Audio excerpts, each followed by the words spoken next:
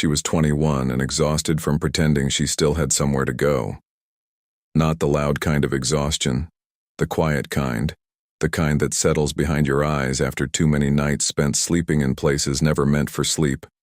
Bus stations, laundry rooms, the backseat of a borrowed car that smelled like old coffee and wet fabric. 3 weeks earlier, Lena Harper had been standing outside her mother's apartment holding 2 duffel bags while the porch light flickered above her. Her mother never even opened the door fully. "I can't do this anymore, Lena." That was all she said. No screaming, no fight. Just a tired voice from someone who had already spent years drowning in bills and disappointment.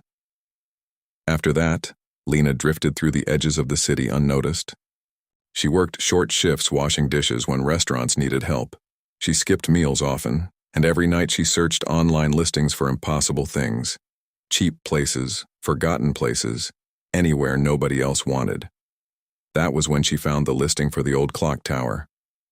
$5.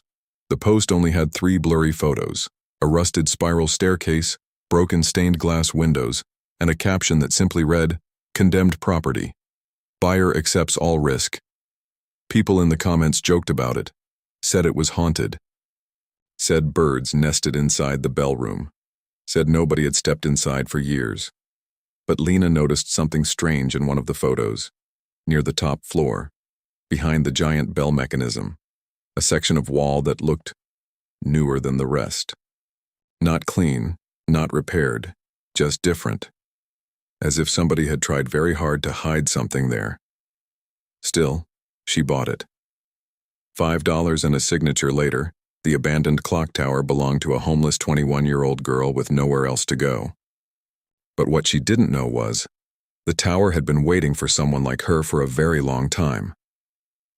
And on her very first night inside, just after midnight, she heard footsteps above the bell room, even though she was completely alone. Before we continue, if stories like this pull you in, stories about forgotten places, hidden secrets, and people rebuilding their lives from nothing, take a second to subscribe. And if you've ever felt lost at some point in your life, comment where you're watching from. Sometimes strangers understand each other better than family ever did. Lena grew up in a small industrial town where everything smelled faintly like rainwater and rust. Her grandfather, Walter Harper, had been one of the few clock repairmen left in the county. People used to bring him old watches wrapped carefully in towels, broken wall clocks, pocket watches passed down through generations, tiny mechanical things nobody else had the patience to fix anymore. Lena remembered sitting beside him as a little girl while rain tapped softly against the workshop windows. The room always smelled like machine oil, cedar wood, and old paper. Walter's hands shook slightly with age, but never when he worked on clocks. "Every clock tells the truth eventually," he used to tell her. "You just have to listen long enough." At the time, she never understood what he meant. She only liked watching the tiny gears move beneath the brass plates. Her grandmother Evelyn was quieter, gentle, always humming softly while cooking soup in the evenings. Their home was small but warm, not because they had money, because they made ordinary things feel safe. But when Lena was 11, Walter got sick. The shop closed slowly after that. First fewer customers, then unpaid bills stacked on the kitchen table, then silence. Her mother started working double shifts at a grocery store while trying to keep the house together. By the time Lena turned 16, most of the old family belongings had already been sold. The tools, the clocks, even Walter's wooden repair bench, all except one thing, a small bronze key Walter once gave Lena before he died. "This belongs somewhere important," he whispered, but I never found where. She kept it hidden inside her backpack for years after, mostly because it reminded her of him, not because she believed it mattered. After Walter died, everything inside the family slowly unraveled. Her mother became quieter every year. Bills turned into arguments. Arguments turned into long stretches of silence. Lena dropped out of community college after one semester because she couldn't afford books anymore. Then came the diner job, then the eviction notice, then the apartment shrinking from home into survival. At night, Lena sometimes remembered the sound of clocks ticking inside her grandfather's workshop, hundreds of tiny rhythms together, strangely comforting, like proof that broken things could still keep moving. But life didn't feel like that anymore. Life felt stalled, like a clock with dead batteries. The last real conversation she had with her mother happened during a thunderstorm. Water leaked through the kitchen ceiling while her mother sat at the table crying quietly over unpaid utility bills. "I thought things would get easier eventually," her mother whispered. Lena didn't know what to say, because she thought so too. 3 days later, she left with her bags, and eventually found the listing for the clock tower. The tower sat on the edge of a nearly abandoned riverside town called Belmere. Lena arrived by bus just before sunset. The town looked frozen in time. Boarded storefronts, faded signs, empty sidewalks. Even the river looked still beneath the gray sky. The clock tower rose above everything else like a forgotten giant, tall, dark, weather-beaten. Its massive clock face was cracked across the center. One of the hands hung crooked at an unnatural angle. A local gas station owner stared at her strangely when she asked for directions. "You bought that place?" he asked. Lena nodded. The man hesitated, then quietly said, "People hear things up there at night." She almost laughed. At that point, ghosts sounded less frightening than sleeping outside again. The tower door groaned loudly when she pushed it open. Dust floated through cold beams of evening light. The air smelled old, wet stone, bird feathers, rust. Her footsteps echoed upward through the hollow interior staircase. The place felt enormous inside, empty, but not fully abandoned. Like something had once mattered deeply there, and maybe still did. She climbed carefully toward the upper levels, carrying a flashlight and one duffel bag. Every floor held pieces of forgotten history, broken furniture, old newspapers, rusted tools, half-melted candles. But the bellroom stopped her completely. The giant bronze bell hung silently above massive wooden beams blackened by age. Moonlight filtered through cracked stained glass windows. And there it was again, that strange section of wall behind the bell mechanism. Different stone color, cleaner edges, almost hidden in shadow. Lena stepped closer, then froze. There were scratches near the base of the wall. Not random scratches. Marks, as if something heavy had been dragged across the floor years ago. Suddenly, boom. The bell shifted slightly overhead from the wind. The sound exploded through the tower. Lena nearly screamed. Her heartbeat thundered in her chest, and somewhere far above her came the sound of slow footsteps. 1, 2, 3, directly overhead. She looked up instantly. Nothing. Only darkness disappearing into the upper maintenance ladder. Still, she didn't sleep much that first night. The next few days became strange, not terrifying, just strange. Every morning, Lena explored another section of the tower. And every day she found something slightly off. A locked maintenance hatch with no visible keyhole. Fresh scratches beneath dusty floorboards. A cold draft coming from solid stone walls. At night, the tower made sounds constantly, creaking beams. Soft metallic clicks, wind humming through narrow corridors, but sometimes mixed between those noises.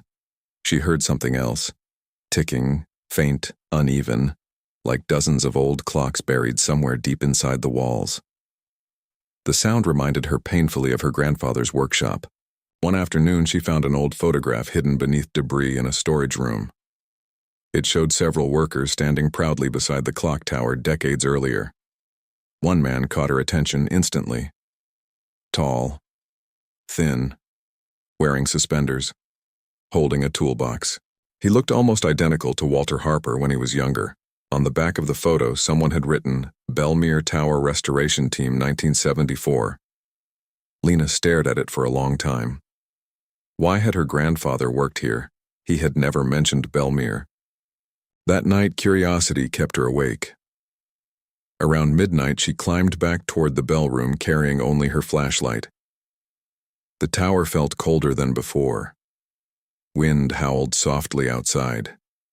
And again, that ticking sound. Stronger now. She followed it carefully, around the bell mechanism until she noticed something hidden behind a support beam. Tiny carved initials, UH Walter Harper. Her chest tightened instantly. Beneath the initials sat a narrow metal keyhole. Small. Bronze. Lena slowly reached into her backpack and pulled out her grandfather's old bronze key. Her hands trembled. The key fit perfectly. But the hidden panel behind the wall wouldn't open fully. Something heavy blocked it from inside. She pushed harder. The stone shifted only an inch, enough for cold air to rush outward, carrying the smell of old paper and cedar wood. Then, faint, uneven, like dozens of old clocks buried somewhere deep inside the walls. The sound reminded her painfully of her grandfather's workshop. One afternoon, she found an old photograph hidden beneath debris in a storage room. It showed several workers standing proudly beside the clock tower decades earlier. One man caught her attention instantly. Tall, thin, wearing suspenders, holding a toolbox. He looked almost identical to Walter Harper when he was younger. On the back of the photo, someone had written, Belmere Tower Restoration Team, 1974. Lena stared at it for a long time. Why had her grandfather worked here? He had never mentioned Belmere. That night, curiosity kept her awake. Around midnight, she climbed back toward the bell room carrying only her flashlight. The tower felt colder than before. Wind howled softly outside. And again that ticking sound. Stronger now. She followed it carefully around the bell mechanism until she noticed something hidden behind a support beam. Tiny carved initials, H. Walter Harper. Her chest tightened instantly. Beneath the initials sat a narrow metal keyhole, small, bronze. Lena slowly reached into her backpack and pulled out her grandfather's old bronze key. Her hands trembled. The key fit perfectly. But the hidden panel behind the wall wouldn't open fully. Something heavy blocked it from inside. She pushed harder. The stone shifted only an inch, enough for cold air to rush outward, carrying the smell of old paper and cedar wood. Then clang. Somewhere below her, a door slammed violently shut. Lena spun around. The flashlight beam shook across the empty room. Silence, complete silence. She suddenly realized how alone she truly was inside the tower. And for the first time, she considered leaving. But she didn't. Because something deep down told her this place had been waiting for her. The next morning, Lena returned with tools borrowed from the gas station owner, whose name was Arthur. Older man, quiet voice, kind eyes. He never asked too many questions, just handed her a crowbar and said, "Careful up there." Together they forced the hidden stone panel open inch by inch. Dust exploded outward into the room. Behind the wall sat a narrow passageway descending into darkness. Arthur frowned immediately. That wasn't on the original blueprints. Lena's flashlight illuminated old wooden steps leading downward behind the tower walls. The air smelled trapped, ancient, like forgotten time. Each step creaked beneath her weight. At the bottom sat a tiny hidden chamber, no bigger than a bedroom, and inside everything stopped. The room was untouched, perfectly preserved, shelves lined with clock parts, tools arranged neatly, stacks of journals, and against the far wall sat 6 heavy iron lockboxes covered in dust. Lena barely breathed. In the center of the room stood an old wooden workbench, her grandfather's workbench, the same one sold years earlier. She recognized every scratch in the wood. Tears filled her eyes instantly. Arthur slowly removed his hat. My God, but Lena noticed something else. A single envelope resting carefully on the desk, with her name written across the front. Lena Harper, in her grandfather's handwriting. Her hands shook so badly she almost couldn't open it. Inside was a letter yellowed with age. Lena, if you are reading this, then life probably became harder than I wanted for you. I'm sorry for that. There are things I never told the family. Years ago, while restoring this tower, I discovered hidden lockboxes sealed behind the bell room after the old bank collapse in 1931. The money inside was never claimed. I reported it once. But powerful men tried taking it quietly for themselves, so I hid everything again. I kept this place secret because I hoped one day someone honest would find it, someone patient, someone who understood broken things. If you found this room, then that person became you. Lena wiped tears from her face while Arthur carefully opened one of the lockboxes. Inside sat stacks of old cash bundles, gold coins, jewelry, documents, enough wealth to change several lives.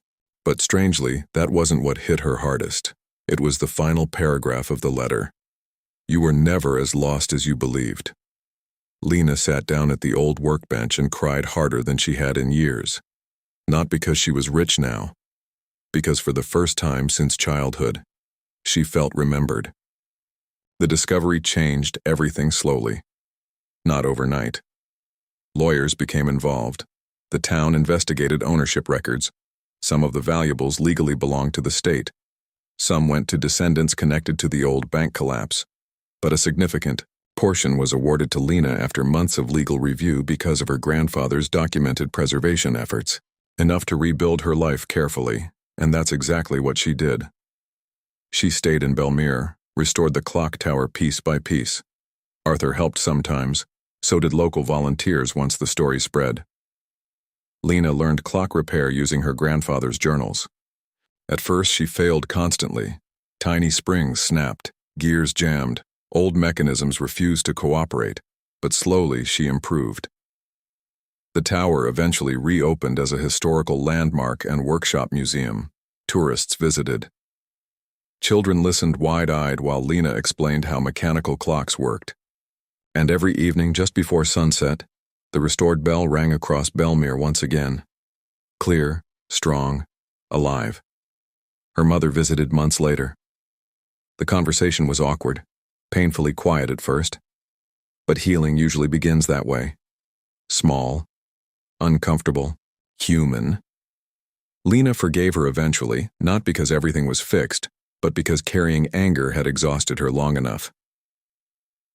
Years earlier, Lena arrived in Belmere with 2 duffel bags and nowhere left to go.